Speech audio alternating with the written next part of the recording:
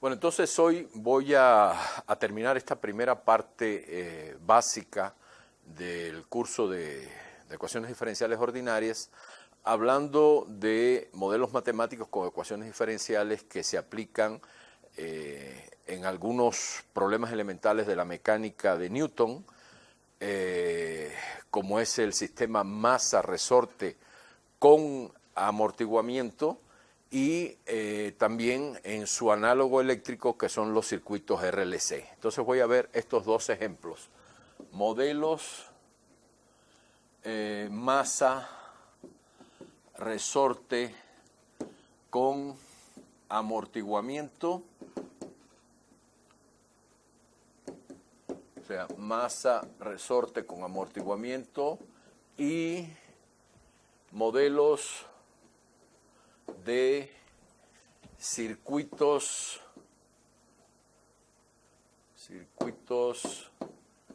eléctricos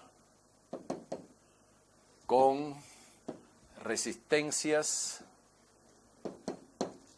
inductancias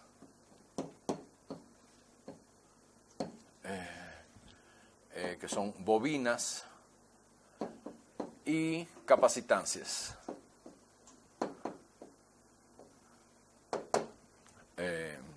Que son los capacitores, y estos se llaman circuitos RLC. Bien, vamos a ver esos dos ejemplos importantes para terminar esta primera parte. Entonces, vamos a considerar los modelos masa-resorte con amortiguamiento. Son modelos que tienen una gama muy grande de aplicaciones prácticas en muchos problemas. Pero la idea original es muy simple. Sencillamente tenemos una superficie, que puede ser una superficie plana, una superficie inclinada, una superficie con una... que no tiene que ser exactamente con una pendiente fija, y sobre esa superficie, en principio, y vamos a ver que no solo en la superficie, en una superficie, sino también hay otros análogos de los sistemas masa-resorte con amortiguamiento, pero la idea más simple es esta, pues se desplaza un bloque, podemos suponer que se desplaza un bloque, y ese bloque está sujeto de alguna manera, y esto del estar sujeto pues tiene una interpretación práctica importante. Suponemos que está sujeto, por ejemplo, a una pared mediante un resorte. ¿Bien? Y que ese resorte lo que hace es que cuando se desplaza por esa superficie la masa, el resorte provoca sobre el bloque una fuerza recuperadora elástica que hace que el resorte vuelva a la posición de equilibrio. O sea, si está el bloque en posición de equilibrio y lo desplazo de ahí, el resorte trata de jalarlo hacia la posición de equilibrio. Lo mismo si dilato el resorte que si lo comprimo. En cualquiera de los dos casos, precisamente el efecto es de llevar al bloque a la posición de equilibrio. Ese es el efecto que hace esta fuerza, este resorte, produce una fuerza, es una fuerza recuperadora. Produce sobre el bloque una fuerza recuperadora, se llama así, porque trata de recuperar el equilibrio. Y en este caso una fuerza recuperadora elástica, porque pues precisamente esa fuerza está producida por el efecto de un muelle. Ahora, esa fuerza recuperadora, vamos a ver que aquí se imita lo que ocurre con un muelle, pero puede haber otros efectos diferentes, físicamente diferentes de una fuerza recuperadora. Pero bueno, antes de pasar a explicar esos otros efectos, también aquí tenemos la masa, o sea, este bloque tiene una masa M, esa es la M que aparece aquí del sistema masa, con resorte y con amortiguamiento. Bien, masa, resorte con amortiguamiento. Y el amortiguamiento se debe a una fuerza de fricción que hace que el movimiento del bloque no sea un movimiento que únicamente esté producido por el efecto del muelle, sino también que hay una fuerza de fricción que se resiste al movimiento. Una fuerza de fricción. O sea, que si el bloque se mueve en una dirección, entonces hay una fuerza en dirección opuesta que se opone al movimiento precisamente por el estar en contacto el bloque con una superficie. Se produce una fuerza de fricción entre la superficie del bloque y la superficie sobre la cual se desplaza. Entonces, esa es otra fuerza que si el bloque se desplaza en esta dirección se produce en sentido opuesto. Bien. Y entonces las fuerzas que actúan en este caso en la dirección del movimiento son dos fuerzas nada más. Por ejemplo, en este caso, ¿qué fuerzas son las que actúan cuando yo desplazo el bloque en esta dirección? Pues en la dirección del desplazamiento que está dada por la restricción del hecho de que el bloque se desplaza sobre una superficie horizontal. Entonces las únicas dos fuerzas que actúan en este caso son la fuerza recuperadora elástica y la fuerza de fricción. Fuerza de fricción. Bien, la fuerza recuperadora producida por el efecto del muelle y la fuerza de fricción producida por el contacto entre el bloque y la superficie. Bien, uno puede suponer que la superficie es idealmente lisa y la fuerza de fricción es cero. Y entonces lo único que está ejerciendo ahí, la única fuerza que está actuando sobre el bloque es la fuerza recuperadora elástica del muelle. ¿Está bien? Entonces, esa es aquí nada más que tenemos estas dos fuerzas, fricción y la fuerza recuperadora elástica. Pero fíjense, si el bloque estuviera desplazándose sobre un plano inclinado, y la pared estuviera aquí y aquí estuviera el muelle que sujeta el bloque, entonces en este caso habría una fuerza más que actúa en la dirección de desplazamiento. O sea, hay una dirección de desplazamiento que está dada por la restricción de que el bloque se desplaza sobre una superficie inclinada. ¿Está bien? No se sale de ahí.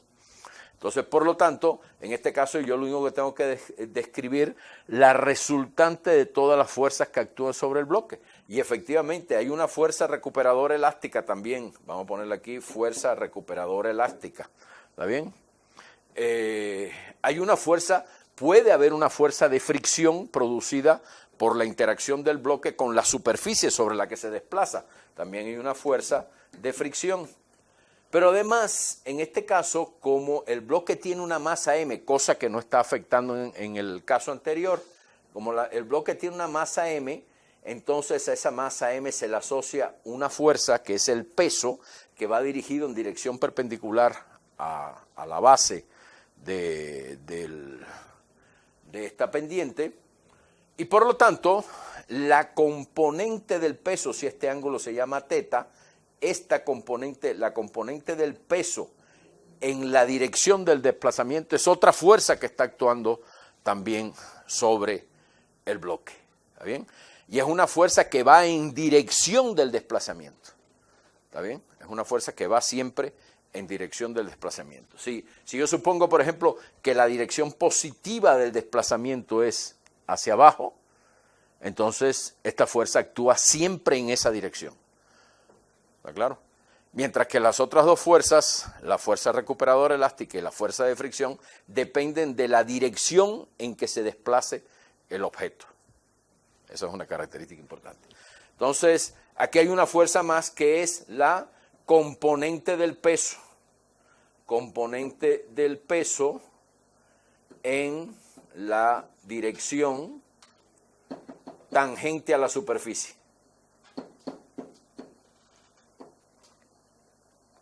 Bien. Que en este caso la componente del peso en la dirección tangente a la superficie es 0, porque toda la fuerza está dirigida en la dirección perpendicular, toda la fuerza ejercida por el peso está dirigida en la dirección perpendicular a la superficie, en ese caso. Bien, no vamos a analizar en este caso porque, bueno, en este caso habría que analizar, tener en cuenta, se puede también perfectamente, si el bloque se va desplazando sobre esta superficie, pues uno tendría que analizar entonces quién es la componente del peso en la dirección que depende precisamente de la tangente, de quién sea la tangente a esa curva en cada uno de los puntos. O sea que la componente del peso que va a tener que ver con la derivada de la función que define esta curva en cada punto. ¿Está claro? Ese va a ser un problema un poquito más complicado, o sea, va a aparecer un problema con coeficientes, un problema no lineal, porque en cada punto X por donde se va desplazando, la tangente depende, o sea, la pendiente de la curva depende de la derivada de f en x, y ese término va a aparecer en la ecuación y va a producir un efecto de no linealidad en el modelo resultante. Bien. Un primer ejercicio que les pido es, en base a esto que voy a hacer aquí, es este ejercicio, vamos a llamarle ejercicio 1 de este tema. Bien. Los ejercicios van a estar listados todos en forma consecutiva, o sea, ya tenemos ejercicios de los temas anteriores, entonces este es la continuación, pero aquí le voy a llamar así, ejercicio 1, es escribir el modelo. Vamos a suponer que tengo una... Fíjense, aquí es muy interesante, podríamos analizar algo así, depende de cómo esté la pared. Vamos a suponer que la pared está aquí, así. Fíjense, y este es el efecto del muelle. El muelle se va estirando a medida que esto a la medida que el bloque va desplazándose en la dirección de la curva. Y entonces escribir el modelo que corresponde al caso cuando el bloque se desplaza sobre una superficie irregular. Una superficie irregular, suponiendo que actúan tres fuerzas.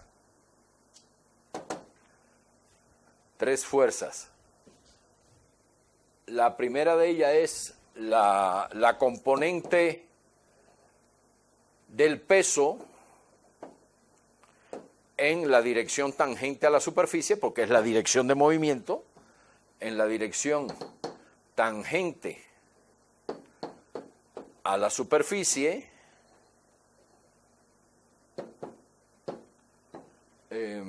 la fuerza de fricción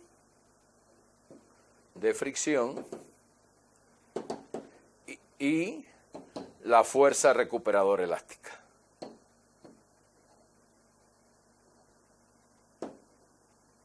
Esas tres fuerzas.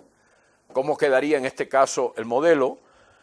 Teniendo en cuenta los modelos que voy a ver para estos dos casos. Fíjense, en este primer caso, si yo estoy describiendo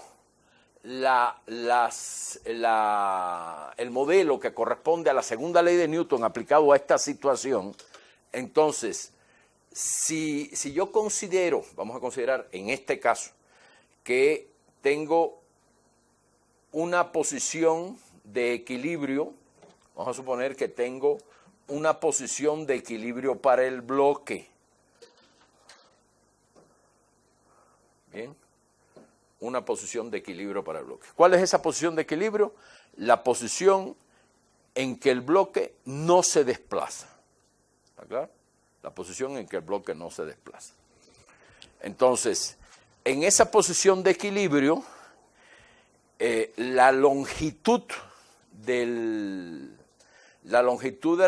resorte es L sub 0.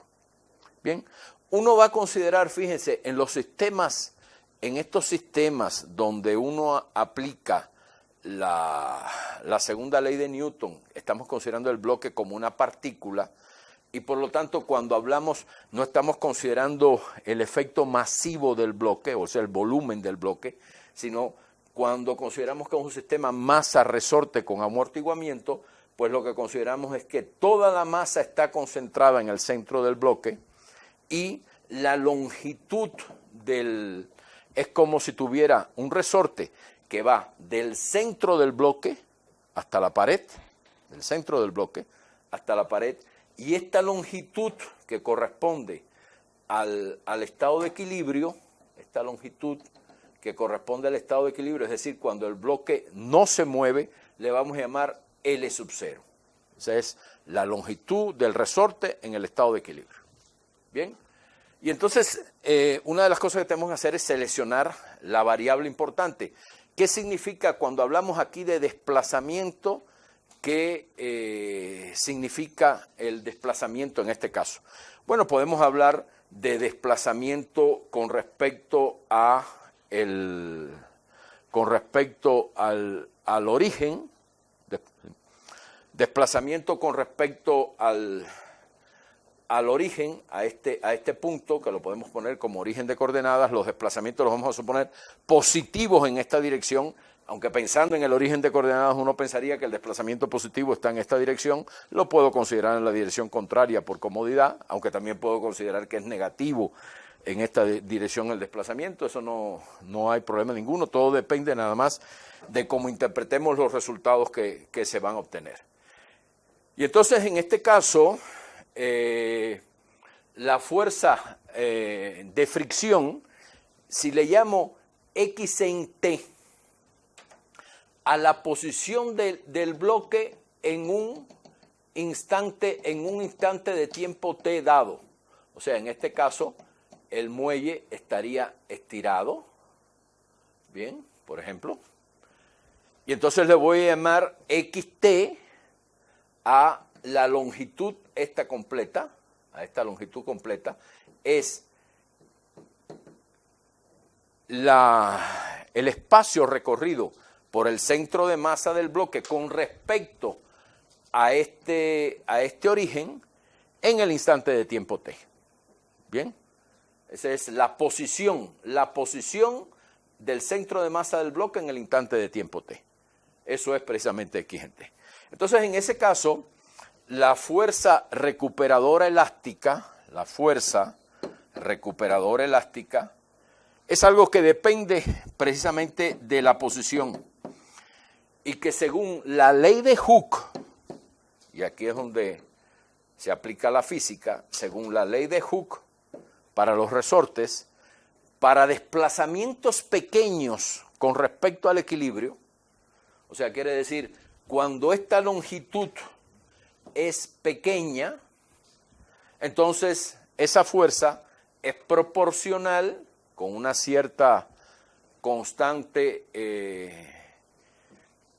por una cierta constante K, a el desplazamiento relativo con respecto a la posición de equilibrio, es decir, K por X en T menos L0.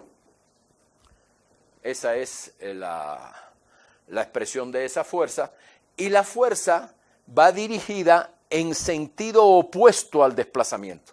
Quiere decir, si el bloque se desplazó hacia allá, la fuerza va dirigida en sentido opuesto, y por lo tanto esto es K por X en T menos L0 con un signo menos. ¿Qué esto quiere decir? Cuando X, fíjense, si la dirección positiva la estoy poniendo en este sentido, cuando X es mayor que L0, cuando X en T es mayor que L0, es decir, cuando se extiende el resorte, esta fuerza va en dirección opuesta.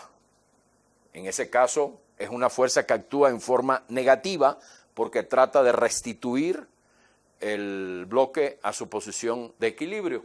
Por eso si X es mayor que L0, el poner el signo menos delante hace que la fuerza tenga un sentido negativo.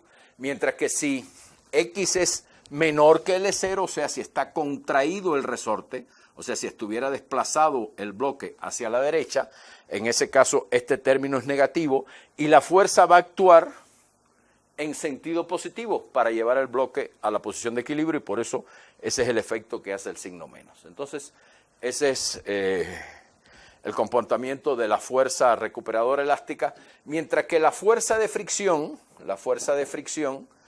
es algo que depende de la velocidad del centro de masa, o sea, depende de X punto, y es una fuerza que es proporcional a la velocidad para valores pequeños de la velocidad. Para valores pequeños. Es decir, cuando el movimiento del bloque se efectúa con velocidades relativamente pequeñas y cuando los desplazamientos del bloque de la posición de equilibrio no son desplazamientos muy grandes. En ese caso se tienen esas dos expresiones y también esta fuerza va en sentido opuesto al movimiento. Quiere decir, si el bloque se mueve hacia la izquierda, su velocidad es positiva y esa fuerza actúa en sentido opuesto. Por lo tanto, cuando se mueve, por eso hay que poner aquí un signo menos, porque cuando la velocidad es positiva, la fuerza hace un efecto negativo. Mientras que cuando el bloque se mueve hacia la derecha, o sea, cuando se contrae el muelle, la velocidad es negativa y el signo menos produce un efecto, lo que hace es que este término, el término de la fuerza sea positiva, que que resulta en el hecho de que la fuerza de fricción va en sentido contrario a la dirección de la velocidad. Entonces, esas son las dos fuerzas y por lo tanto, por la segunda ley de Newton, este es en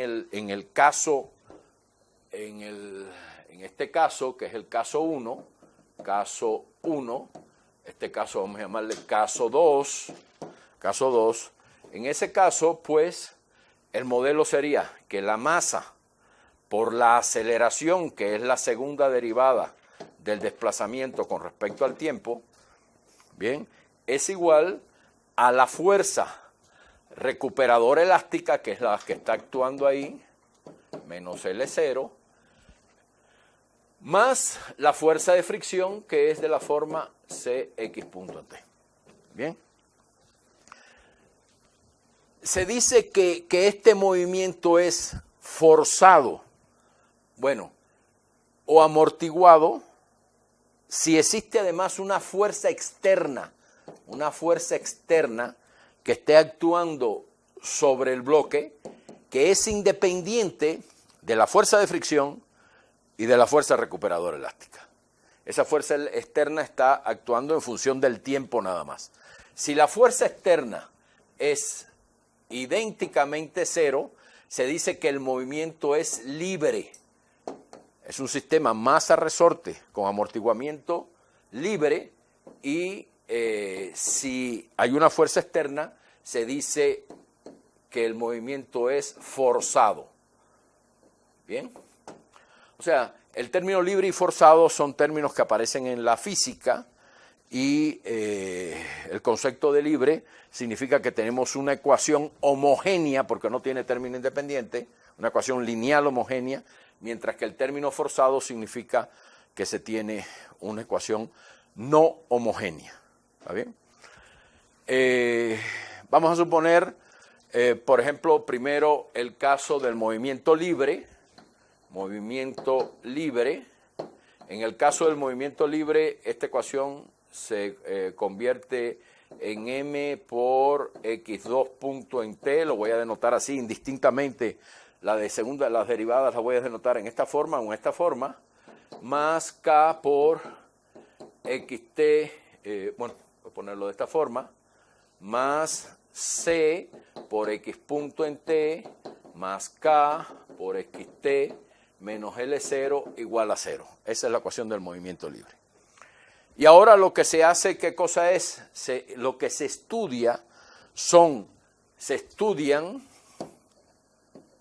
las oscilaciones del bloque alrededor de la posición de equilibrio.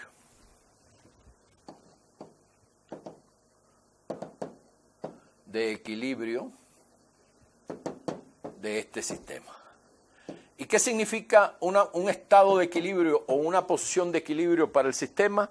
Significa una posición en que el desplazamiento se mantiene fijo todo el tiempo. O sea, en que XT es constante durante todo el tiempo. Entonces, ¿quién es la posición de equilibrio del sistema?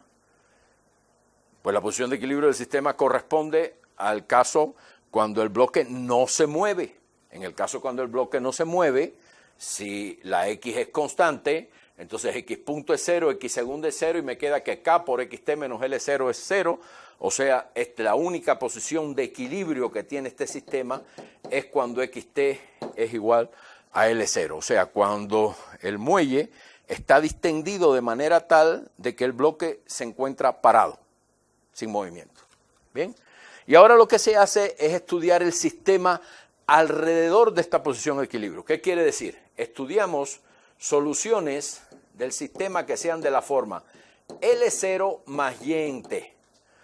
¿Qué quiere decir? Estudio oscilaciones alrededor de la posición de equilibrio L0. Si sustituimos estas expresiones aquí arriba, lo que me queda es que M por la derivada segunda de X, pero la derivada segunda de X, como L0 es constante, es igual a la derivada segunda de Y, más C por la primera derivada de X, que también es igual a la primera derivada de Y, más K por XT menos L0, pero XT menos L0, fíjense, si uno pasa L0 restando acá, entonces XT menos L0 es precisamente igual a Y en T.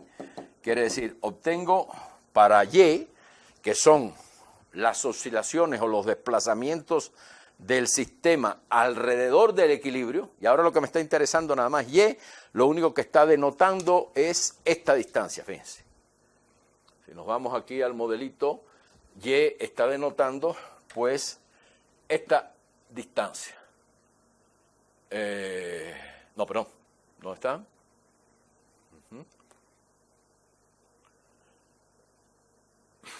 ¿Dónde tengo el dibujo?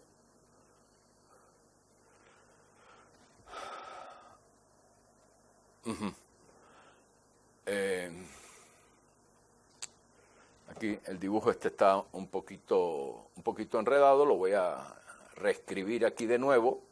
Fíjense, primero teníamos el bloque en su posición de equilibrio y esta distancia de aquí, del centro de masa del bloque a la pared, esa distancia del centro del bloque a la pared es lo que denotábamos por L0. Cuando el bloque se desplaza de esa posición de equilibrio, supongamos que se está desplazando, por ejemplo, hacia la izquierda. En ese caso ahora el centro de masa, por ejemplo, se encuentra por acá. El bloque va a estar aquí, así. Y ahora se estiró el muelle. Entonces lo que vamos a tener, el efecto del muelle estirado es algo así. Bien, igual. Y en este caso, entonces, la posición que ocupa el centro de masa es precisamente XT, que es esta distancia. Entonces, cuando pongo XT igual a L0 más Y en T, es porque Y en T es igual a XT menos L0. O sea, Y en T es igual exactamente a esta longitud. Este es el Y en T. Y lo que estamos viendo cómo esa longitud va variando en el tiempo, o sea, la distancia que hay entre el centro de masa en la posición de equilibrio y el centro de masa cuando se desplazó el bloque, ya sea hacia la derecha, hacia la derecha o hacia la izquierda. Bien, esa es la ecuación. Es muy importante interpretar todos estos detalles. Y entonces, en este caso, ya sabemos, porque vimos en una clase anterior de la teoría general de las soluciones de las ecuaciones diferenciales de segundo orden con coeficientes constantes, sabemos que las soluciones de esta ecuación están caracterizadas por el discriminante del polinomio de segundo grado que se construye a partir de esta ecuación, ¿bien?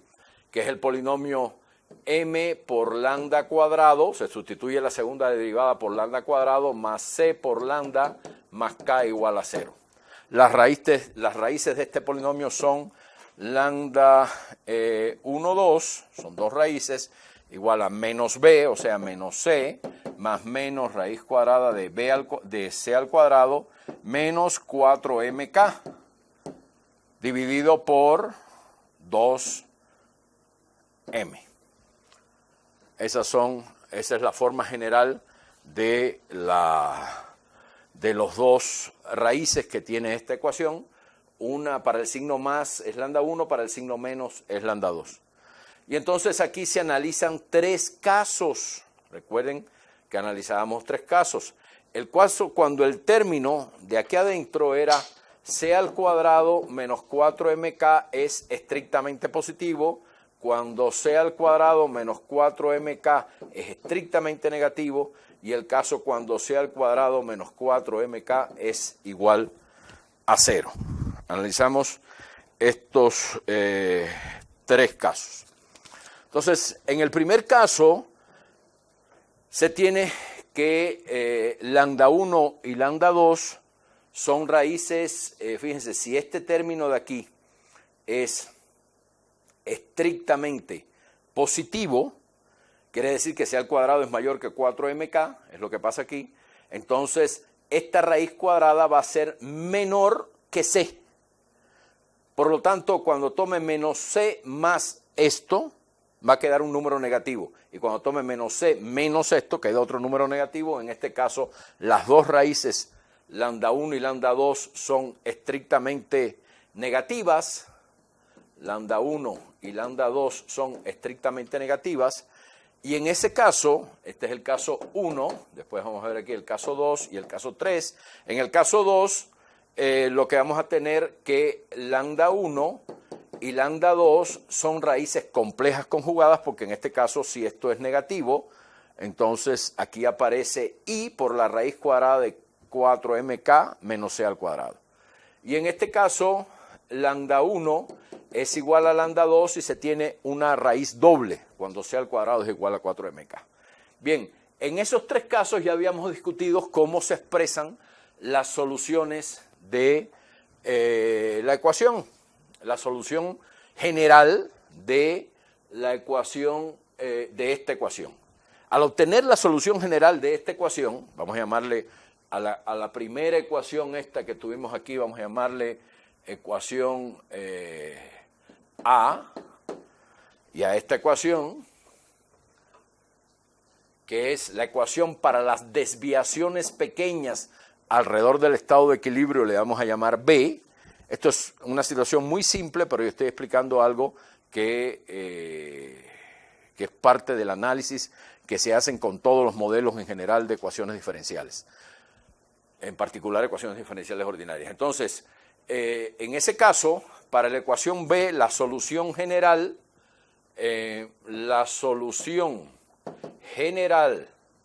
de B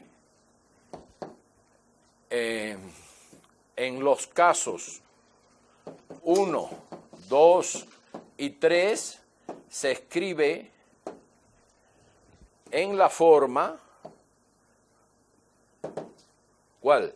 En el primer caso se escribe en la forma x en t igual a por e a la lambda 1t más b por e a la lambda 2t, donde lambda 1 y lambda 2 son números reales estrictamente negativos.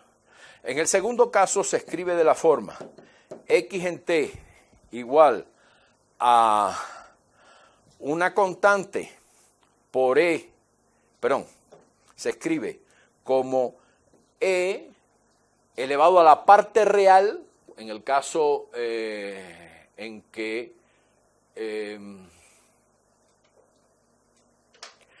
lambda 1 y lambda 2 son números complejos conjugados, entonces se escribe exponencial de la parte real, que es menos c sobre 2m por t, bien, multiplicado por una constante que multiplica al coseno de la parte imaginaria. La parte imaginaria es raíz cuadrada, la parte imaginaria después que extraje i. O sea, tengo que invertir aquí, quedaría 4mk menos c al cuadrado multiplicado por i.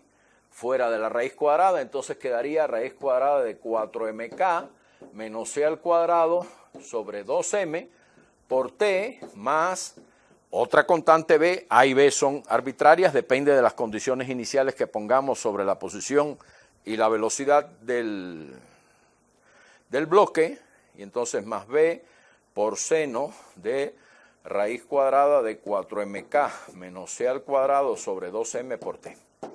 Bien, se obtienen esa expresión, este es en el caso 1, esto en el caso 2, y en el caso 3 se obtiene la expresión x en t para la solución general del modelo B, se obtiene la expresión esta. Exponencial de lambda 1t, recuerden que en ese caso lambda 1 es igual a lambda 2 por a más b por t, por un polinomio de primer grado, donde a y b también son constantes arbitrarias. Esos son los tres casos.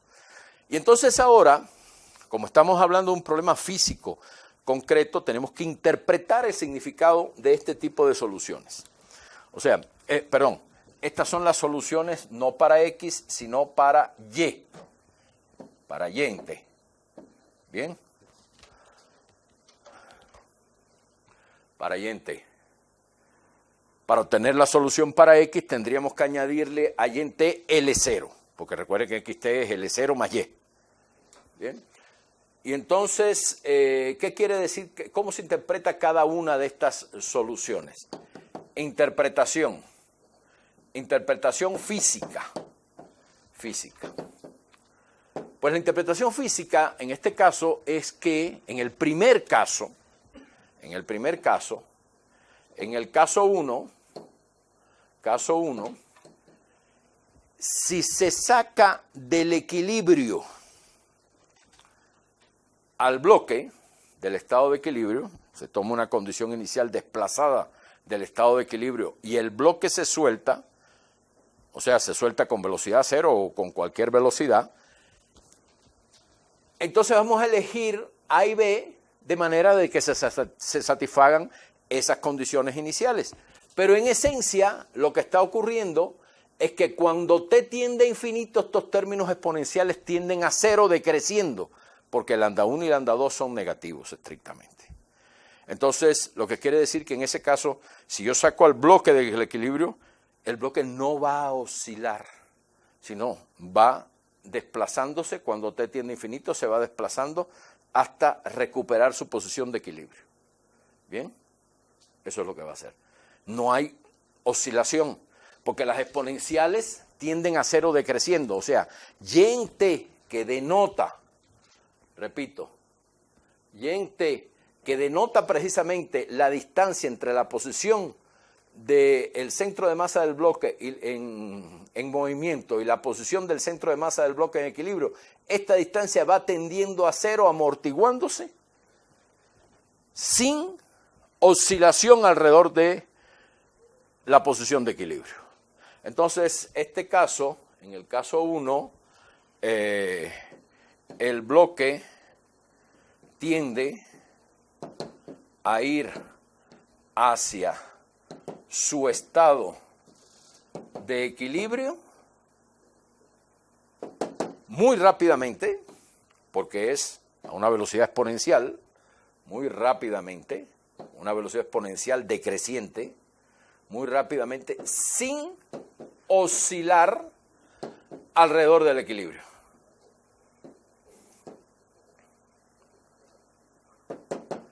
Y esto es lo que se llama el movimiento sobreamortiguado. Sobreamortiguado. Bien. O sea, sobreamortiguado, ¿qué significa? Sobreamortiguado significa precisamente que estamos en el caso en que C al cuadrado es mayor que 4mk. O sea, C es el coeficiente de fricción y K es el coeficiente, es el módulo de Young del resorte. Es el que tiene que ver con la fuerza recuperadora. Quiere decir, en este caso, el efecto de la fricción es mucho mayor que el efecto del resorte. Y por eso es que el resorte es el que hace oscilar al objeto. Pero como el efecto de la fricción es mayor, el objeto no oscila y tiende al equilibrio sin oscilar. En el caso 2, el bloque tiende a ir al equilibrio oscilando. ¿Por qué? Porque fíjense, en ese caso, cuando t tiende a infinito, este término es una exponencial negativa, esto tiende a cero y está multiplicado por algo que está acotado, porque es una combinación de senos y cosenos. ¿Está bien? Entonces, esto tiende a cero, pero como está multiplicado por términos que son senos y cosenos, esos términos son los que tienen que ver con la oscilación. Entonces, lo que tenemos es una oscilación con una amplitud que está dado por este término que va decreciendo en el tiempo. Eso es lo que quiere decir que si tengo el estado de equilibrio,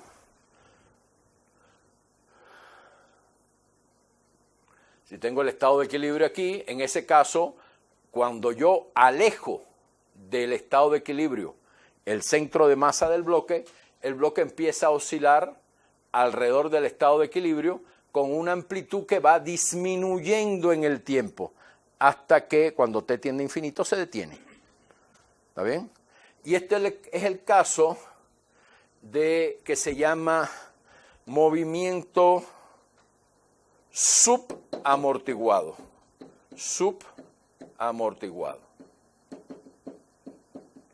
Donde el efecto del resorte es mucho mayor que el efecto de la fricción.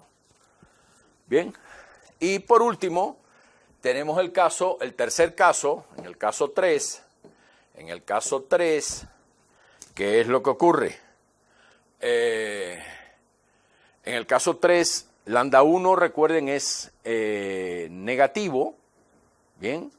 Cuando lambda 1 es igual a lambda 2, en este caso, lambda 1 es igual a menos c sobre 2m. Bien.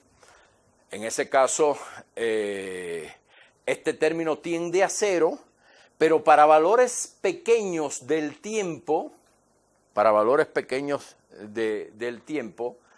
este término ejerce una influencia importante. O sea, aquí da la sensación, puede ser en un principio, como que del bloque no tiende a acercarse al equilibrio, porque tiene un término polinomial A más BT que puede ejercer un efecto importante para valores pequeños de t, pero para valores grandes de t ya la exponencial mata el efecto de este polinomio y entonces el producto tiende a cero.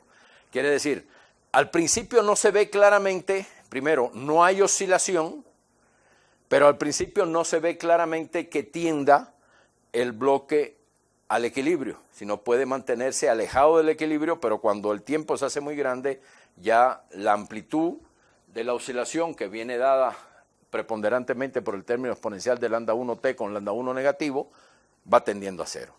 Y ese caso en el que no hay oscilación, en el caso 3 no hay oscilación, bien, y en este caso se llama movimiento críticamente amortiguado o amortiguamiento crítico, críticamente amortiguado. O sea, este es el caso donde hay una compensación entre la fuerza de fricción y la fuerza producida por el muelle, la fuerza recuperadora elástica producida por el muelle.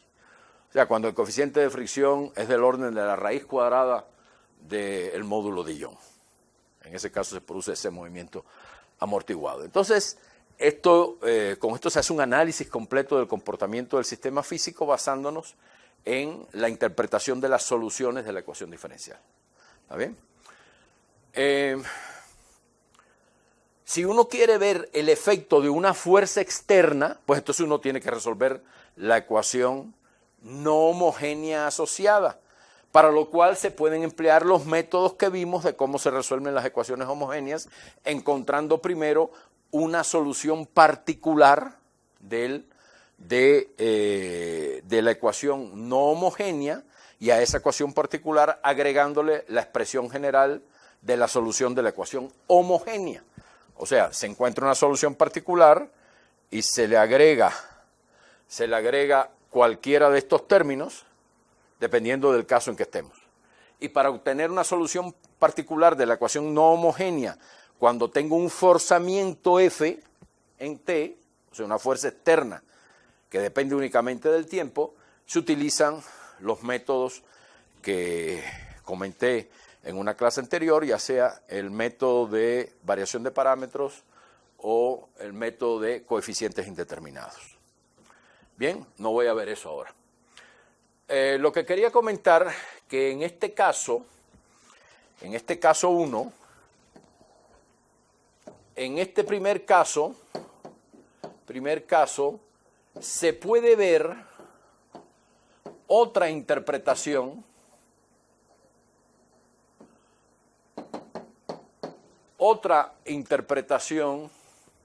de la fuerza recuperadora.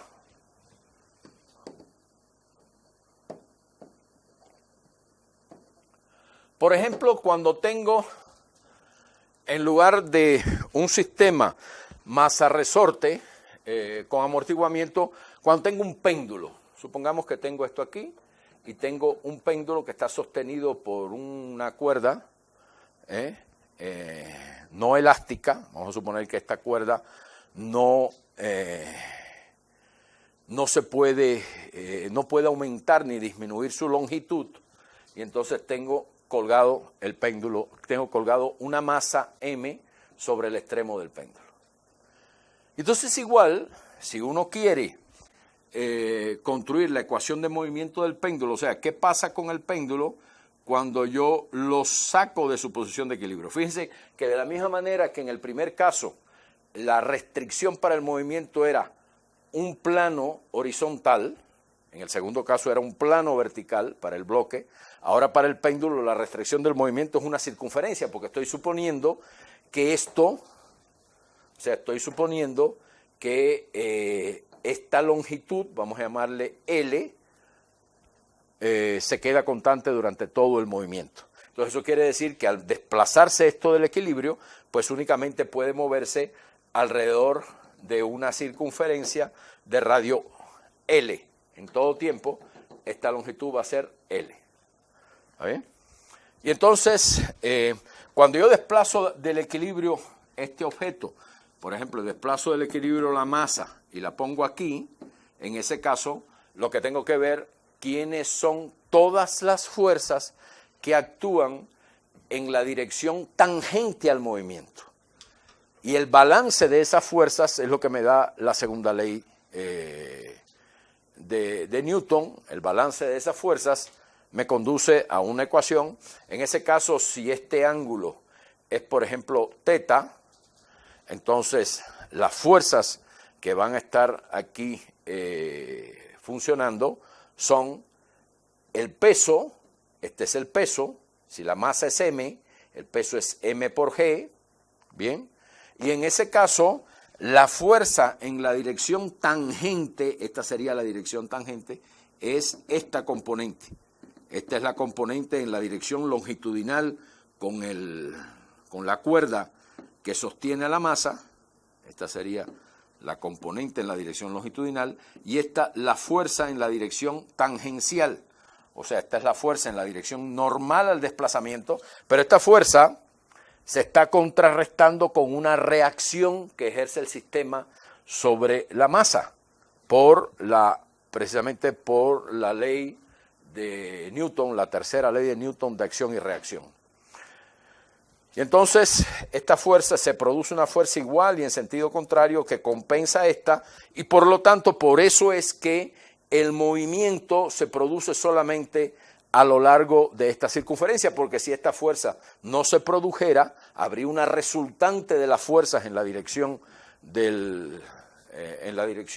normal al desplazamiento, y lo mismo se encogería la cuerda o se estiraría la cuerda, y como estamos suponiendo que eso no ocurre, pues por eso es que no puede ocurrir la existencia de esta fuerza solita, sino se tiene que compensar con la fuerza que se produce como reacción, por eso nada más que actúa la fuerza en la dirección tangencial. Y si este ángulo es teta, este ángulo de aquí es teta, uno puede ver que este ángulo de aquí es también teta, y por lo tanto la componente del peso, o sea, esta fuerza, la componente, en ese caso la componente del peso en la dirección tangencial,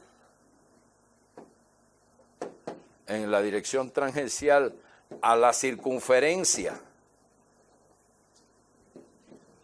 de radio L es, ¿saben?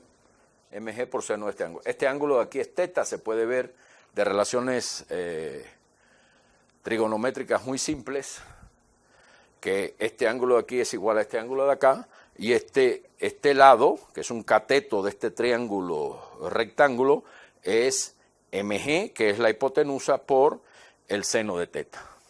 Bien, entonces esa es esa fuerza, y entonces por lo tanto la masa multiplicada por la aceleración angular de la partícula que está centrada en el centro de masa de este cuerpo, y esa aceleración angular es la segunda derivada de teta con respecto al tiempo.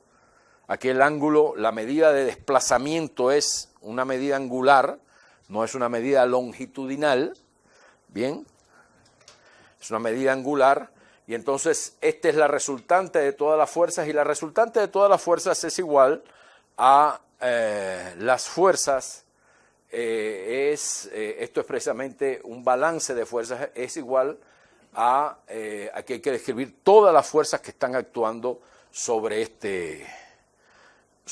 masa. Una fuerza importante que está actuando sobre ella y que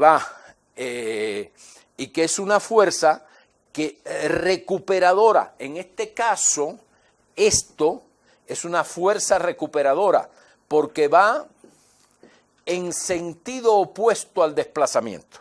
O sea, si yo desplazo la masa hacia la izquierda, la componente del peso tiende a llevar al cuerpo hacia la posición de equilibrio. Es una fuerza que jala al cuerpo hacia la posición de equilibrio. En este caso, esa fuerza recuperadora es la componente del peso en la dirección tangencial, mientras que el efecto de la fuerza recuperadora en el caso del bloque lo hacía el resorte. Y aquí la fuerza recuperadora es la componente del peso en la dirección tangencial. Entonces, esa componente actúa en sentido opuesto al desplazamiento, y por lo tanto esto es mg seno de teta. Bien, y podemos suponer además que aquí en el punto de unión de la cuerda con este nivel, donde está sujeto el péndulo, hay algún tipo de mecanismo de fricción, o podemos suponer que el medio donde se está desplazando el péndulo es un medio con fricción.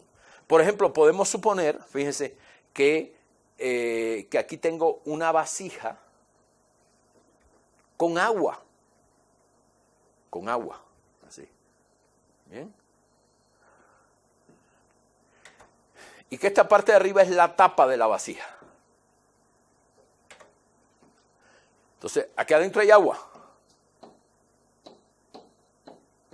Y por lo tanto, el péndulo se está moviendo dentro de un medio que tiene un fluido.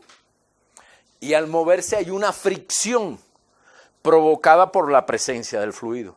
O sea, no está simplemente desplazándose el péndulo en el aire. Hay una fuerza de fricción que está provocada por el hecho de que estoy moviéndome en un medio que está amortiguado, un medio que puede tener viscosidad.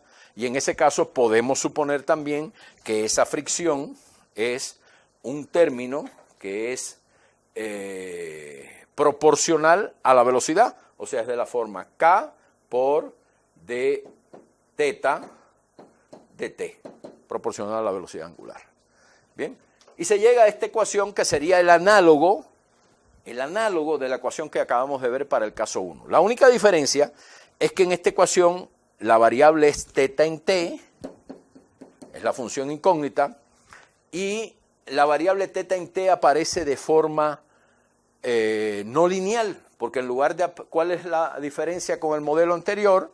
Pues la diferencia con el modelo anterior, aquí, con este modelo, es que aquí el término que dependía del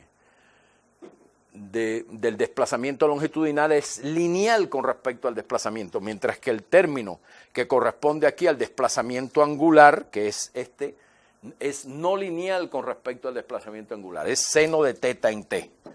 Bien, lo que ocurre es que si suponemos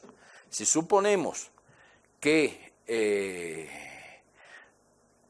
el desplazamiento angular es pequeño, o sea, si se supone θ en t pequeño, o sea que estamos estudiando oscilaciones del péndulo que no tienen desviaciones angulares muy grandes con respecto a la posición de equilibrio, entonces sabemos que seno de θ es equivalente a θ en el sentido de que para valores pequeños de θ, seno de θ sobre θ tiende a 1 cuando θ tiende a 0, o sea, seno de θ sobre θ se comporta como 1, y por ello, si sustituimos esto en esta expresión, llegamos a la ecuación llegamos a la expresión esta m por... llegamos a la siguiente expresión.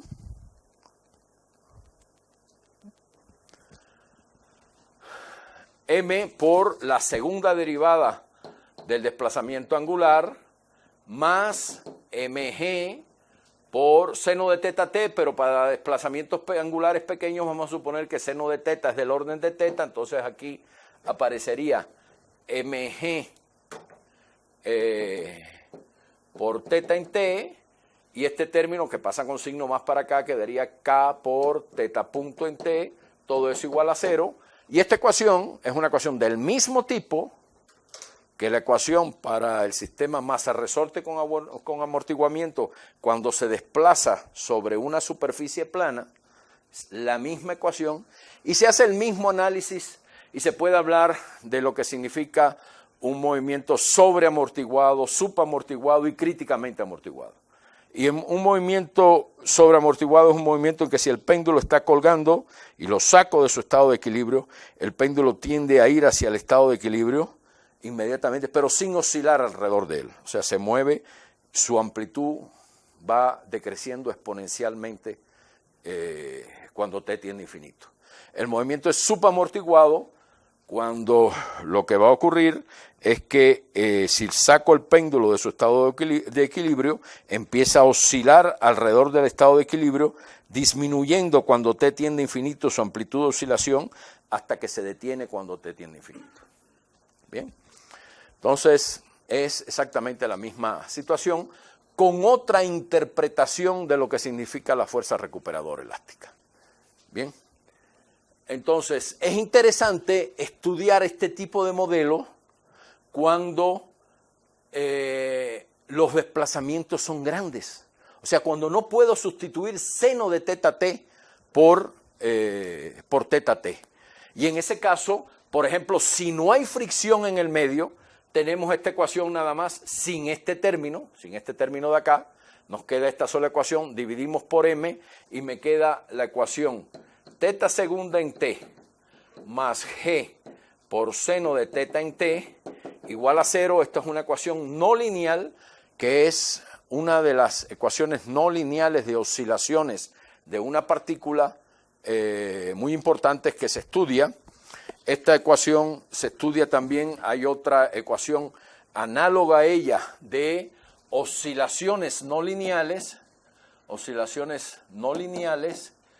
y que hay mucho estudio sobre ella, que es lo que se llama ecuación de Van der Pol. Ecuación de Van der Pol. La ecuación de Van der Pol es segunda derivada de x con respecto a t igual a mu por 1 menos x al cuadrado por dx de t menos x. ¿Bien? Menos x. Esa es la ecuación de Van der Pol. La ecuación de Van der Pol, fíjese,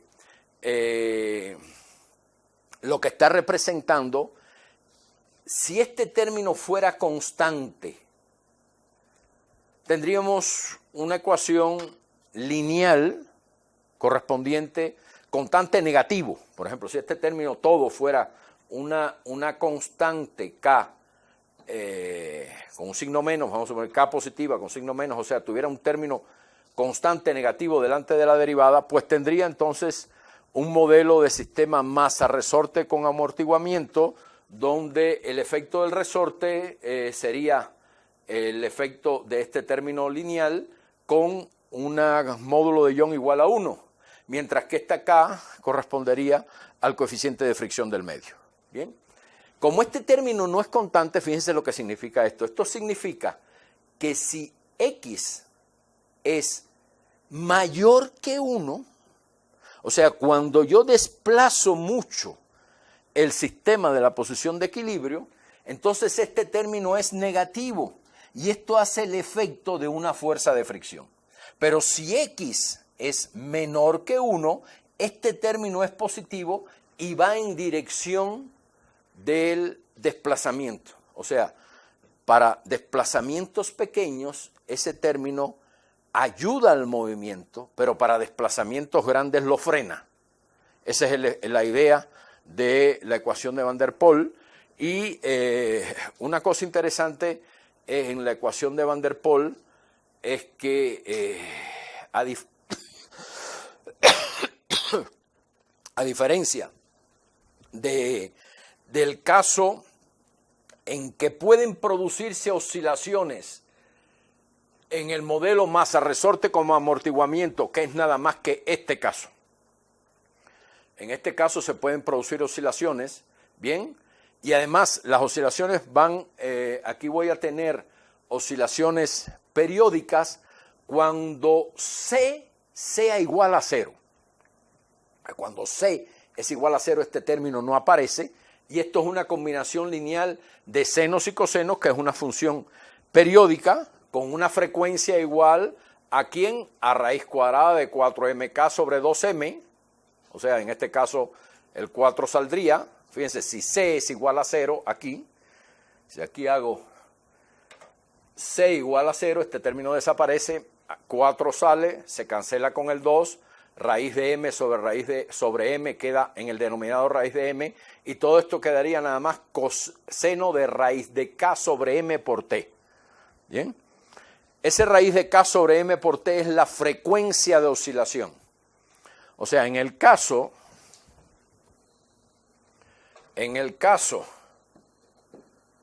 C igual 0, o sea, cuando no hay fricción, en el modelo, en el modelo masa-resorte con amortiguamiento sobre un plano horizontal, en ese caso, el modelo se convierte fíjense, vamos a ver el modelo arriba. ¿Cuál sería? modelo va a ser este modelo de acá. Si C es 0 sería M por Y segunda en T igual más K por Y igual a 0. M y segunda en T más K por Y en T igual a 0. Cuyas soluciones son, y aquí las vemos, aquí están aquí arriba la expresión de las soluciones, en ese caso sería esta la expresión pero poniendo C igual a 0. O sea, sería Y en T igual a coseno raíz de K sobre MT más B seno de raíz de K sobre MT. Si a raíz de K sobre M se denota por W, esto es lo que se llama frecuencia de oscilación, y en este caso el modelo es lo que se llama, es un modelo muy básico, que se llama modelo del movimiento armónico simple, movimiento armónico simple. Y en este caso, todas las soluciones son soluciones periódicas con periodo igual a 2pi sobre omega. En este caso, todas las soluciones son soluciones periódicas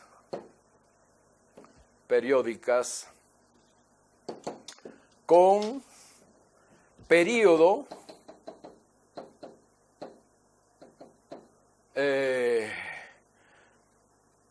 omega y con periodo 2pi sobre omega, donde omega toma este valor. ¿Está bien? O sea, todas las soluciones cumplen, si a esto le llamo T mayúscula, cumplen que Y en T más T es igual a Y en T, es igual a Y en T. Todas las soluciones son periódicas. Bien, la diferencia de un modelo como este que describe el movimiento armónico simple en que todas las soluciones son periódicas, que eso en el caso del péndulo corresponde a que si no hay fricción en el medio, entonces cuando saco el péndulo del estado de equilibrio, aún con una cierta amplitud de oscilación, el péndulo eternamente está oscilando con esa misma amplitud todo el tiempo. Gracias a que eso se puede lograr es que se pueden construir los relojes de péndulo. Se trata de disminuir la fricción y entonces se supone que el péndulo se mueve con esa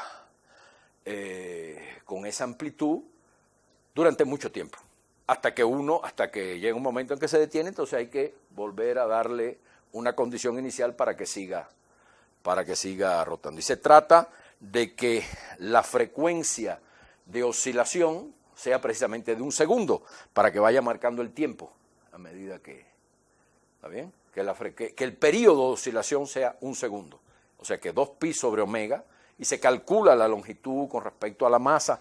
Fíjense que lo que hay que calcular aquí es precisamente el K, en este caso tiene que ver con el módulo de Young, pero que para nosotros el módulo de Young en el caso del péndulo, o sea, el K corresponde a módulo de Young en el caso del resorte, pero en el caso del péndulo eso tiene que ver precisamente con la longitud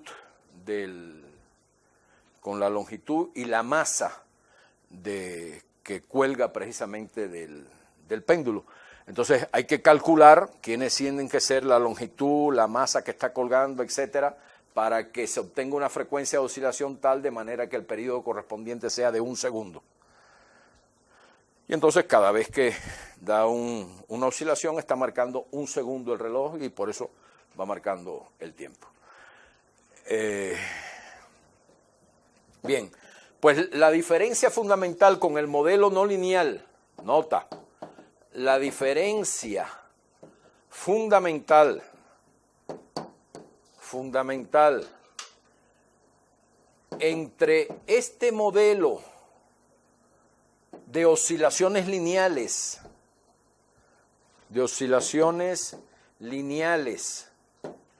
y el modelo de oscilaciones no lineales, que así se llama, no lineales, de Van der Pol, es que este segundo puede tener solamente una solución periódica estable.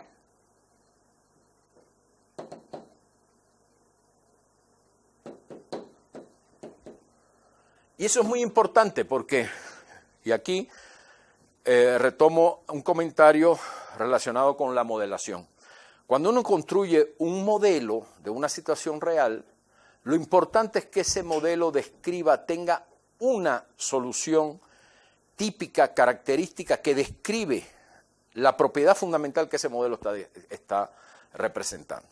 Si yo quiero que un modelo me describa la oscilación de un medio no puede tener muchas oscilaciones diferentes porque tiene que comportarse de una sola forma, entonces necesito un modelo que describa esa oscilación. Entonces un modelo lineal no es bueno porque cuando el modelo lineal describe oscilaciones periódicas, pues entonces cualquier solución es periódica, o sea, describe infinita cantidad de soluciones periódicas. Entonces, ¿cuál de ellas es verdaderamente la característica intrínseca del medio? Pues no se sabe. Por eso es muy importante tener modelos no lineales de oscilaciones que tengan una sola solución periódica y que sea estable en un sentido que vamos a ver posteriormente para que se pueda observar físicamente. Bien. Entonces, finalmente unos comentarios con respecto a este modelo.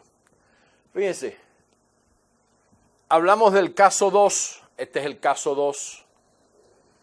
Bien, en el caso 2, lo voy a retomar ahora aquí abajo, en el caso 2,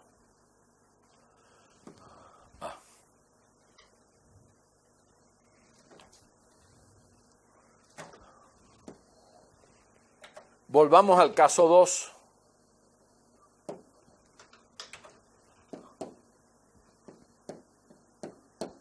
Bien, el caso 2 teníamos el mismo bloque con un resorte, bien, con un resorte,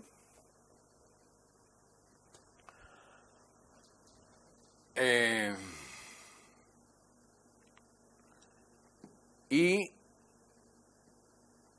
bueno, antes de volver al caso 2, veamos otra interpretación. Veamos otra interpretación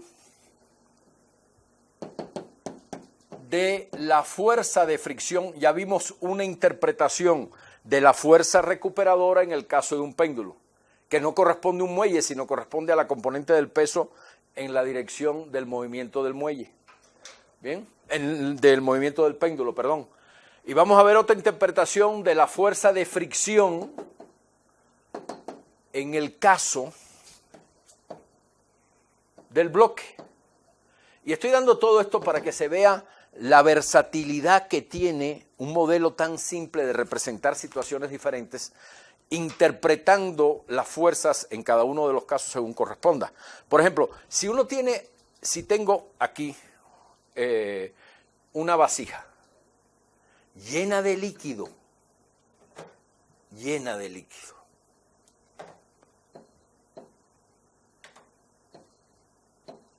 Ajá. Y aquí tengo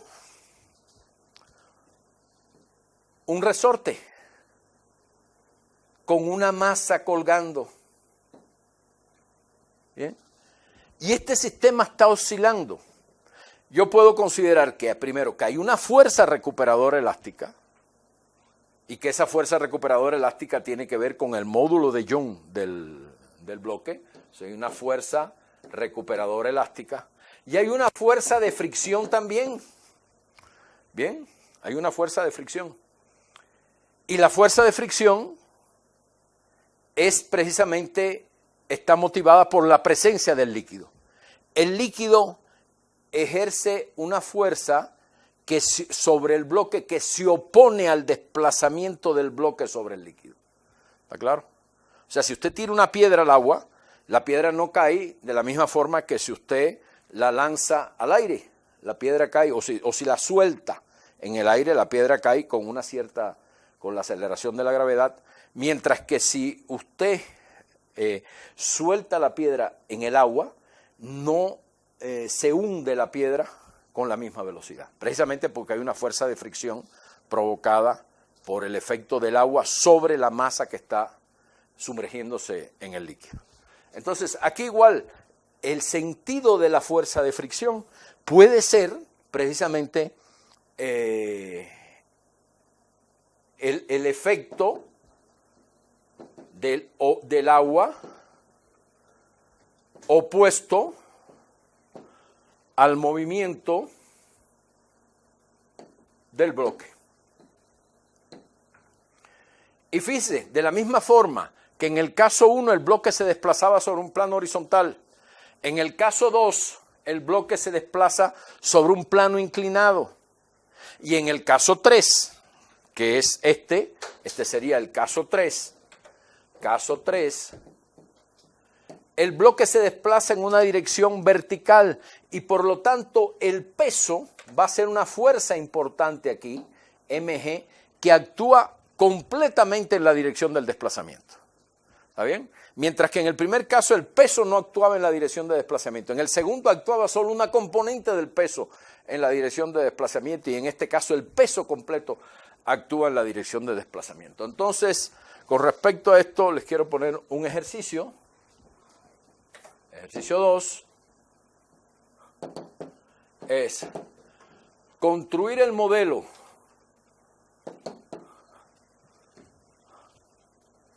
para el caso 3 y estudiar las oscilaciones alrededor del estado de equilibrio. En este caso, el estado de equilibrio no va a estar dado únicamente por la longitud del muelle no distendido, sino además el estado de equilibrio va a estar influenciado por el peso del bloque. ¿Está bien? Entonces, alrededor del estado de equilibrio. Ese es el problema. Y quiero ponerles otro ejercicio también. Ejercicio 3, 2 ejercicios más. Este sería, sí, el ejercicio 3. Es considerar este caso. Estudiar, construir el modelo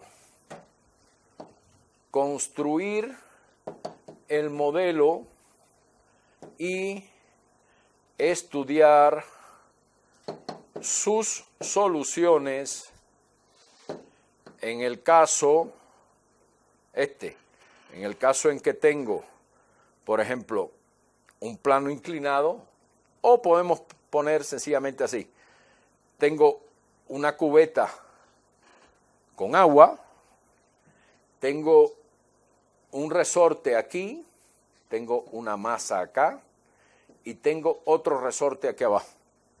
Podría complicarlo más poniéndole resortes en otras direcciones también, pero no voy a hacer eso, nada más que en esta dirección. Lo que este resorte tiene un módulo de ion K1 y este tiene un módulo de ion diferente K2. Analizar las oscilaciones en los casos K1 mayor que K2, K1 menor que K2 y K1 igual a K2. A ver qué ocurre. Bien, y en este caso las fuerzas que actúan efectivamente son las fuerzas recuperadoras elásticas 1, que es la de este resorte, la fuerza recuperadora elástica 2, que es la del segundo resorte, el peso también actúa completamente en la dirección de desplazamiento y la fuerza de fricción producida por el líquido. Bien. Entonces, ese es el tercer problema. Finalmente, para acabar este tema, quiero hablar muy brevemente del análogo eléctrico de los modelos masa resorte con amortiguamiento. Bien, entonces ahora lo que voy a pasar a otro modelo, como había planteado al inicio, a otro modelo importante de la física, que es el modelo de los circuitos eléctricos, modelos de circuitos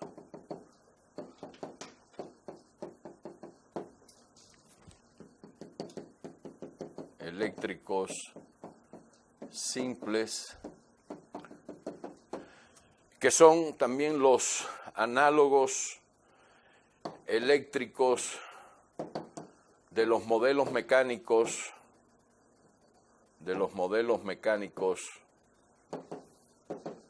masa, resorte con amortiguamiento. Bien, entonces es otra aplicación importante de los modelos con ecuaciones diferenciales ordinarias de segundo orden, pero además de que es otra aplicación importante de esto, es una aplicación que conduce a un modelo que matemáticamente es el mismo modelo y los análisis en cuanto a las soluciones son los mismos que se hicieron en el caso de los modelos de sistemas mecánicos de partículas que representan los sistemas masa-resorte con amortiguamiento. Y de la misma forma, ¿y cómo se obtienen estos modelos para los circuitos eléctricos simples, que son los circuitos que se llaman RLC? Pues para estos circuitos, así como en la mecánica, los modelos masa-resorte con amortiguamiento se derivan de las leyes de Newton, en la teoría de circuitos se derivan de lo que se llaman las leyes de Kirchhoff.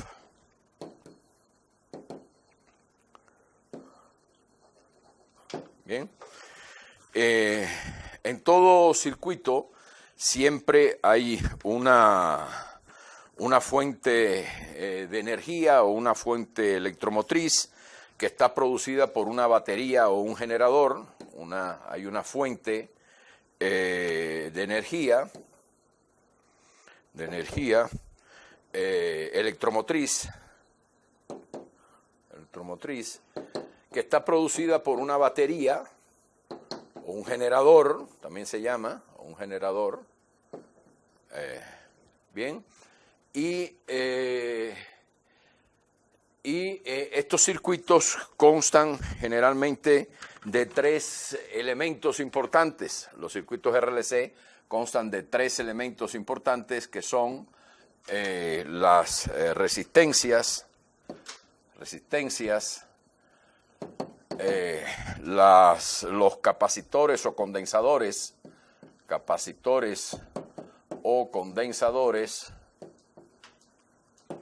y los inductores o bobinas. Son estos tres elementos básicos de lo que constan estos circuitos simples. Y entonces las leyes de Kirchhoff lo que nos explican es lo que se llama las caídas de voltaje a través de cada uno de estos tres elementos,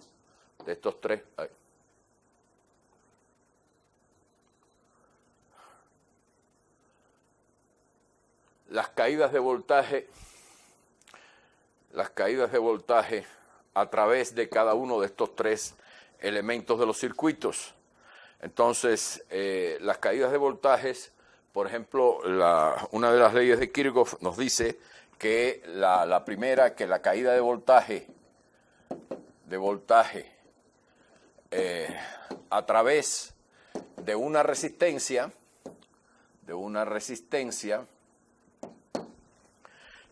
es proporcional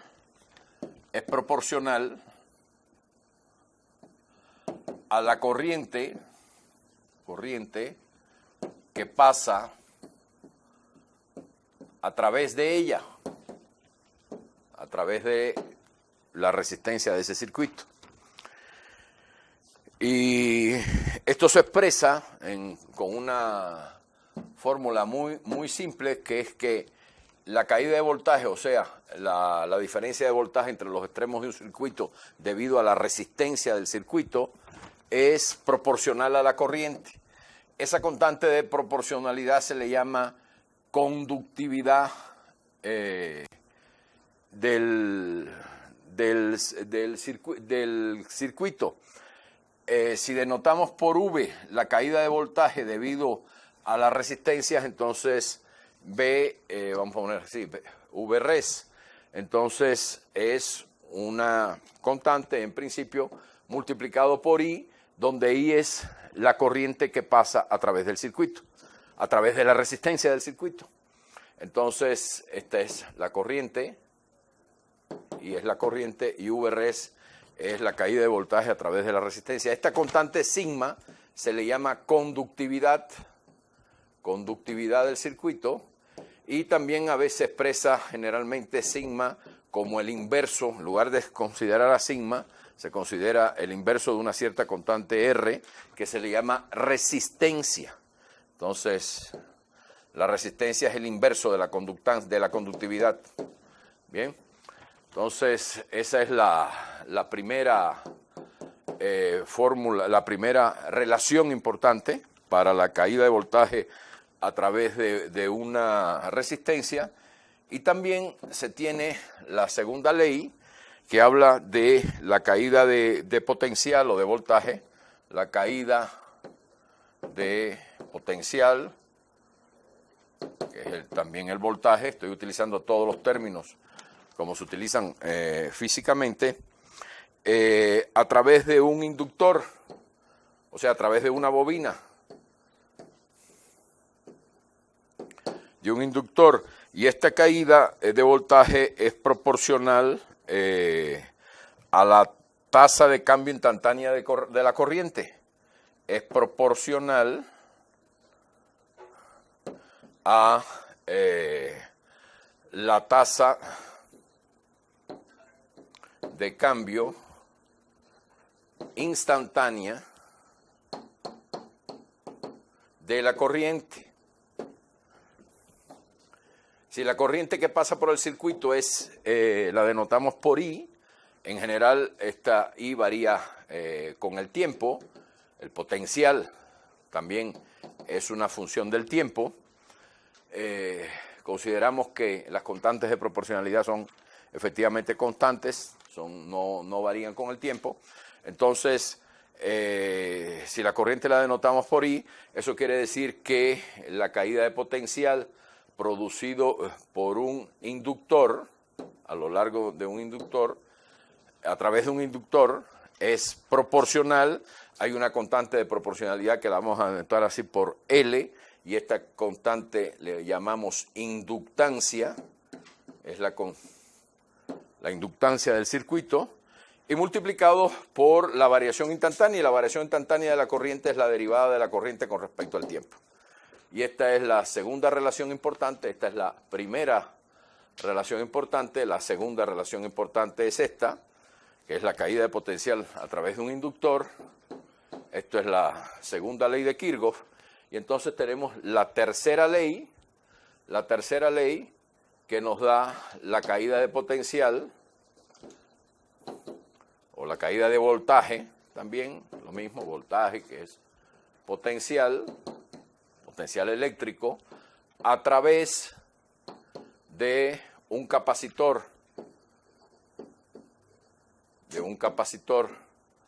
Bien, y la caída de voltaje a través de un capacitor es proporcional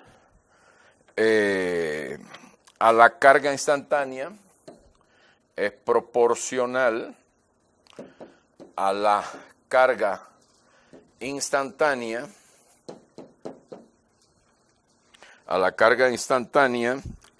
acumulada. Un capacitor o condensador también, vamos a llamarlo así, cualquiera de las dos formas, es proporcional a la carga instantánea acumulada en él. Bien, entonces esto se escribe también en términos de una formulita, que es que la caída de potencial a través de un condensador es igual, precisamente es algo que es proporcional. Esa constante de proporcionalidad lo representamos, bueno, es proporcional a la carga acumulada. La carga acumulada la voy a denotar por Q en T, esto es la carga en el instante de tiempo T, y la constante la voy a expresar como el inverso de una constante C.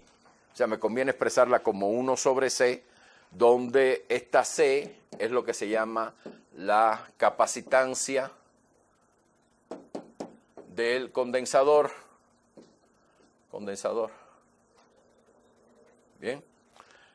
Y esto es una tercera relación importante. Son las tres relaciones importantes, o sea, tenemos tres relaciones, 1, 2 y 3, donde 1 es, me define la caída de potencial a través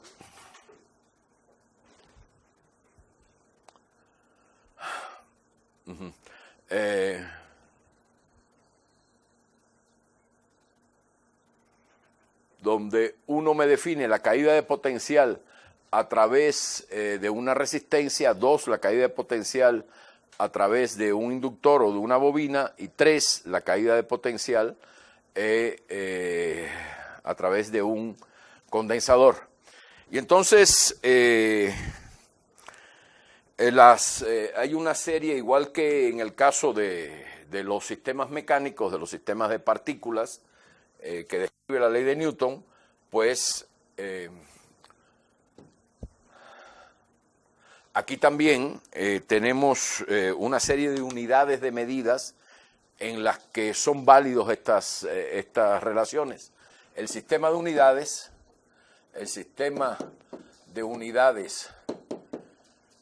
en que son válidas estas relaciones es el sistema de unidades donde se mide, es el sistema internacional, dentro del sistema internacional de medidas, del que le hablé anteriormente. Pues en este sistema internacional de medidas, el voltaje en general se mide en volts, en voltios, vamos a poner así, en voltios, se mide en voltios. La resistencia se mide en unidades de ohmios. Las inductancias se miden en unidades de henrys, así se llaman. Las capacitancias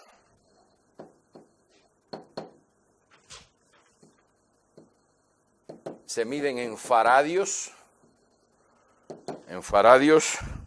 Las corrientes se miden en, o sea, la intensidad de la corriente. La intensidad de la corriente se mide en amperios, y las cargas, la carga, se mide en coulombs. Y el tiempo, porque todas estas funciones, todas estas magnitudes, por ejemplo el voltaje, la corriente, la carga, pueden variar con el tiempo. El tiempo se mide normalmente en segundos. Si no, hay que hacer las transformaciones correspondientes de variables para que las ecuaciones tengan sentido. Y entonces, la relación, lo que relaciona todo esto precisamente es que en un circuito en que tengamos un circuito en serie, en que tenemos, por ejemplo, tenemos una una fuente que está dada por una fuente de voltaje que está dada por una función EDT, bien, donde aquí este es el polo negativo, el polo positivo de la fuente. Tenemos generalmente un interruptor, que es el que, si está abierto, pues no pasa corriente, está cerrado, pasa la corriente. Este es el interruptor, así se denota un circuito en RLC en serie. Esta es la fuente, y entonces se denota la presencia de una resistencia con este simbolito. Este es una resistencia, ese símbolo denota la resistencia del circuito. Bien, podemos tener, por ejemplo, un capacitor, un condensador. Este es el capacitor o el condensador del circuito, se representa por este símbolo. Y también tenemos la presencia de un inductor o de una bobina, que se representa por este símbolo. Bien, entonces en el circuito pueden estar integrados un capacitor, una bobina, y el circuito tiene una resistencia, y hay una fuente que alimenta el circuito, y hay un interruptor que hace que el circuito empiece a funcionar o que el circuito esté abierto. Bien, entonces esta es la forma de representar un circuito RLC, la forma gráfica de representar un circuito RLC,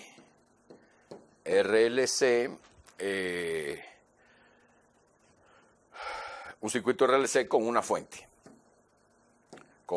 de alimentación.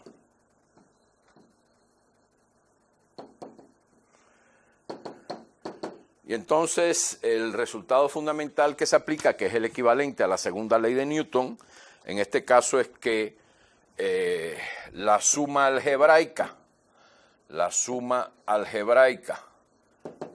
que es realmente la ley de Kirchhoff para los voltajes, así se llama esto, la suma algebraica de las caídas de potencial,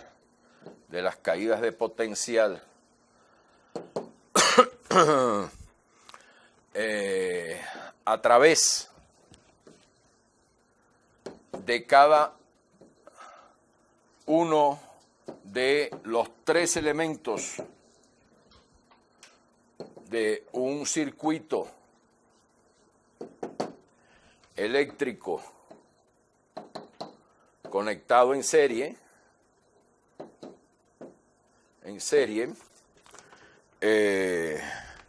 es igual al voltaje aplicado por la fuente.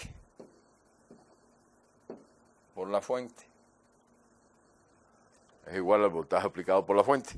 Es decir que la caída de potencial debido a la resistencia, más la caída de potencial debido a la inductancia, más la caída de potencial debido a la capacitancia, al capacitor, es igual a el voltaje aplicado por la fuente.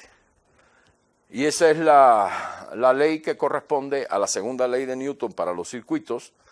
Y en base a esa ley, si usamos las expresiones que tienen cada uno de estos términos, entonces en general sabemos que la caída de voltaje debida a la resistencia se expresa en términos de la corriente como una constante, que es la resistencia del circuito, multiplicado por la intensidad de la corriente que pasa por el circuito. En el caso de la caída de potencial debido al inductor, o sea, la bobina, lo que tenemos es, sabemos que esto es proporcional a la variación instantánea de la corriente, y la constante de proporcionalidad es lo que se llama inductancia. Bien, y finalmente la caída de potencial debido al capacitor se sabe que es proporcional a la carga acumulada en el capacitor, y la constante de proporcionalidad lo ponemos como el inverso de una constante C que se llama capacitancia del capacitor. Y esto es igual a E de T. Y esto es la expresión matemática de la ley que acabo de enunciar arriba. Y entonces, ¿cómo a partir de aquí aparecen las ecuaciones? A partir de aquí aparecen las ecuaciones por el hecho de que la corriente es precisamente la variación instantánea de la carga en el tiempo, o sea, es la derivada de la carga. Y como la corriente es la derivada de la carga, cuando tengo un circuito RLC, entonces, de aquí lo que sale es que, fíjense que aquí tengo I, pero aquí tengo carga. Entonces voy a expresar toda esta ecuación en términos de la carga, sustituyendo la I por la derivada de la carga.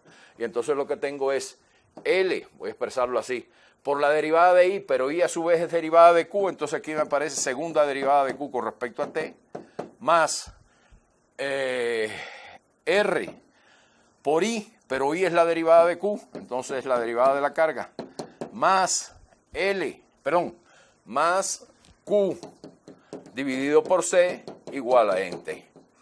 Y en un circuito RLC, el estudio del circuito se reduce a estudiar una ecuación diferencial de segundo orden para la carga de este tipo, que es del mismo tipo de la ecuación que aparecía en la mecánica de Newton cuando estudiábamos el desplazamiento de una partícula, por ejemplo, de un bloque sobre un plano inclinado, de un péndulo, etcétera, de pequeñas oscilaciones de un péndulo.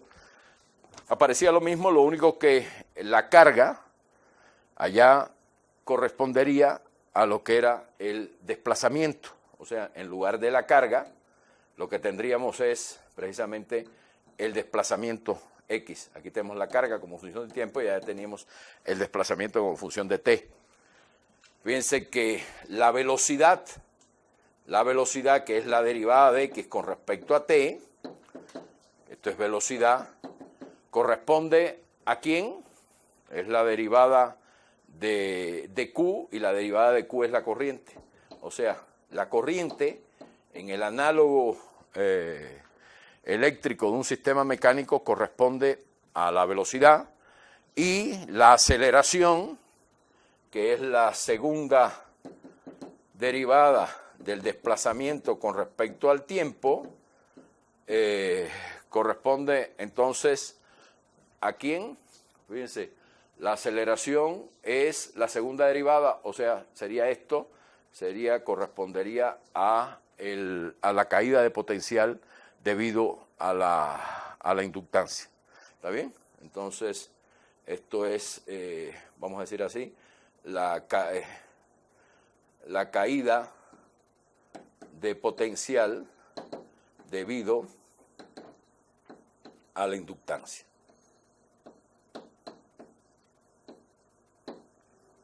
Es lo que correspondería a la aceleración. Esa es la analogía. Y entonces, si tenemos un circuito RLC, tenemos una ecuación de este tipo, tenemos una fuente en T, y si queremos determinar la corriente que pasa por el circuito o el potencial en el circuito, lo que querramos obtener, pues se resuelve primero esta ecuación. Uno resuelve esta ecuación con condiciones iniciales, tiene que tener Q en 0 igual a Q sub 0, y tiene que tener también Q' en 0. ¿Pero qué cosa es Q' en 0? Q' en 0 es la corriente. O sea, tiene que conocer quién es la carga inicial que tiene el circuito y la corriente inicial que pasa por el circuito. Y cuando tiene estos dos datos iniciales, entonces puede obtener Q resolviendo esta ecuación con esas dos condiciones iniciales si conoce la intensidad de la fuente. Bien. Después que uno obtiene Q, entonces ya tiene la carga, ya obtuvo Q en T, pero si ahora a partir de la carga quiero obtener la corriente, pues entonces la corriente es muy sencilla de obtener. La corriente es la derivada de Q con respecto a T. Ya, esa es la corriente. Bien. Y si quiero obtener, por ejemplo, la caída de potencial debido a la resistencia del circuito, pues entonces una vez que tengo la corriente, multiplico por la resistencia, multiplico ahí de T, y ya tengo la caída de potencial debido a la resistencia del circuito. ¿Está bien? Entonces, esta es la forma en que aparecen estos modelos, que son análogos a los modelos de la mecánica, y por otro lado, estos modelos se simplifican. Fíjense, si tenemos solamente, por ejemplo, un circuito RL, que se llama, o sea, en el circuito no hay condensadores, solamente hay resistencias e inductancias. Tenemos un circuito RL, tengo un circuito RL, y entonces en ese caso la ecuación que me quedaría es R por I más L por DI de T igual es R por I más L por DI de T igual a la fuente, a la intensidad de la fuente, y en este caso la ecuación del circuito RLC se reduce a una ecuación de primer orden para la corriente. Y entonces si uno da el valor inicial de la corriente que pasa por el circuito, entonces uno puede resolver esta ecuación, resuelve esa ecuación y al resolver esa ecuación encuentra la intensidad de la corriente durante todo instante de tiempo que pasa por el circuito. Y si a partir de la intensidad de la corriente quiero obtener la carga que se acumula en el circuito en cada instante de tiempo, como la intensidad de la corriente es la derivada de Q con respecto a T, entonces ya este término lo tengo porque resolví la ecuación con esa condición inicial y ahora quiero obtener Q, pues tengo que dar una condición inicial para la carga, Q sub 0, y una vez que doy una condición inicial para la carga, sencillamente la integral de I, o sea, Q0, el Q en T, va a ser igual a Q sub 0 más la integral de 0 a T de I en tau de tau. ¿Bien? Y así se obtiene la carga. También otro tipo de sistema simplificado son los sistemas, por ejemplo, aquí lo podemos ver, los sistemas del tipo RC, los sistemas RC o los sistemas en un sistema RC, fíjense, en un sistema de tipo RC, quiere decir donde hay resistencias y condensadores, pero no hay bobinas, no hay inductores en el circuito, entonces en ese caso volvemos aquí arriba, y en el sistema RC la ecuación que nos queda, como la inductancia es 0 del circuito, nos quedaría R por I más Q sobre C igual a E, o sea, nos queda R por I más Q en T sobre C igual a E en T. Bien. Y entonces en ese caso, como I es la derivada de Q con respecto a T, pues el sistema se me reduce a una ecuación diferencial de primer orden en Q, que para resolverla necesito conocer una condición inicial sobre Q, o sea, necesito conocer la carga inicial acumulada en el circuito. En ese caso, puedo obtener Q en T, y si lo que me interesa es saber la corriente que pasa por el circuito en cada instante de tiempo T, pues sencillamente la corriente la obtengo derivando a Q. Y entonces en cualquier libro simple sobre estos temas, como el libro de Spiegel o el libro de Sill, que traen muchos ejercicios sobre estas cosas, pues empiezan a ver todas las variantes posibles de combinaciones de circuitos y hacer todas las preguntas posibles cuando se da una fuente de alimentación con un voltaje determinado y entonces en el circuito hay un inductor y hay, además en el inductor hay una resistencia, y entonces cuál es la carga, cuál es la corriente, empiezan a hacer muchas preguntas, y también después se pueden combinar estos circuitos en serie, en paralelo, perdón, se pueden combinar los circuitos, estos diferentes circuitos se pueden combinar en paralelo y se obtienen otros sistemas de ecuaciones que hay que resolver un poquito más complicados y también obtener conclusiones sobre la carga total acumulada en el circuito en cada instante de tiempo t, la corriente que pasa por el circuito en cada instante de tiempo t, etcétera. Entonces, es importante, por ejemplo, que vean ejemplos de ese tipo y bueno, se ve la analogía importante entre estos sistemas eléctricos y los sistemas mecánicos más simples. Entonces, esto es todo lo que yo quería contar con respecto a esta primera parte, que tiene que ver con los modelos simples, las propiedades más básicas de las ecuaciones diferenciales ordinarias, y ahora voy a empezar en una etapa un poco más formal, donde voy a empezar a formalizar definiciones relacionadas, aunque ya he dado algunas, relacionadas con las ecuaciones diferenciales ordinarias, y empezaron a estudiar una serie de resultados básicos de lo que se llama la teoría cualitativa de las ecuaciones diferenciales ordinarias. Terminando eso, voy a pasar a estudiar las ecuaciones y sistemas de ecuaciones lineales, y en esa parte ya nos vamos a demorar mucho más. Entonces, con eso termino. Muchas gracias.